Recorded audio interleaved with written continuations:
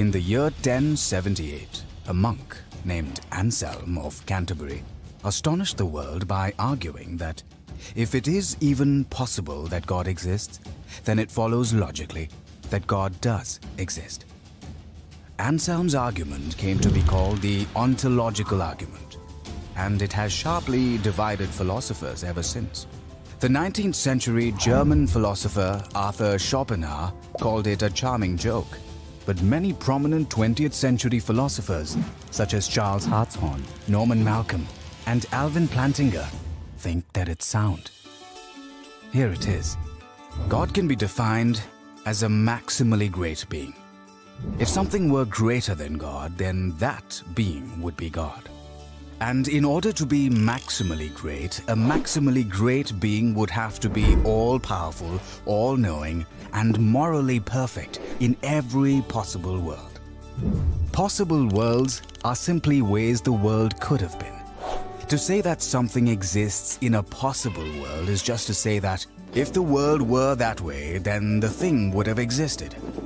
For example, even though unicorns don't exist in the actual world, it seems at least possible that they could have. So we can say that unicorns exist in some possible world. On the other hand, a married bachelor does not exist in any possible world because the idea of a married bachelor is logically incoherent. It could not possibly exist. So if it is possible that a maximally great being exists, then we can say that he exists in some possible world. But wait, a maximally great being would not really be maximally great if it existed in only some possible worlds. To be maximally great, it has to be all-powerful, all-knowing, and morally perfect in every possible world. So think about it. If a maximally great being exists in any possible world, then it exists in every possible world. And if it exists in every possible world, then it exists in the actual world. That is, a maximally great being actually exists.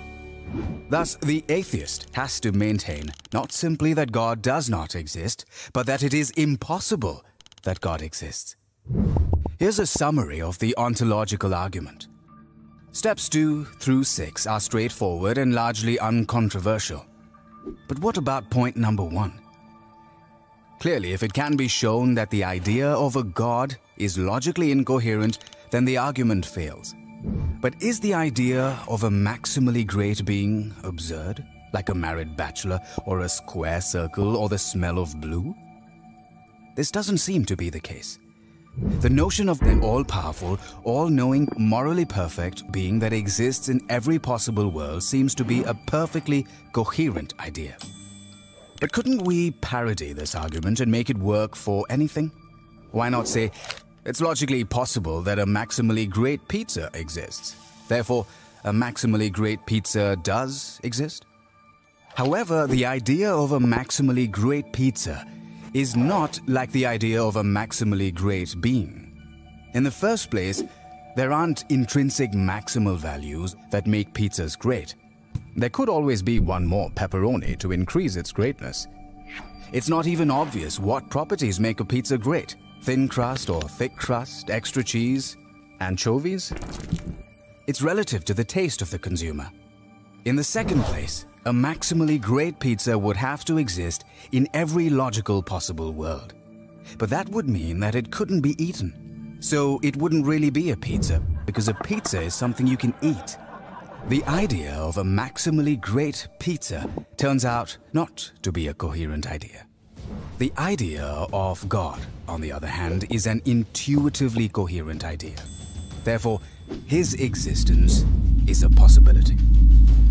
And the ontological argument shows that if God possibly exists, then God actually exists.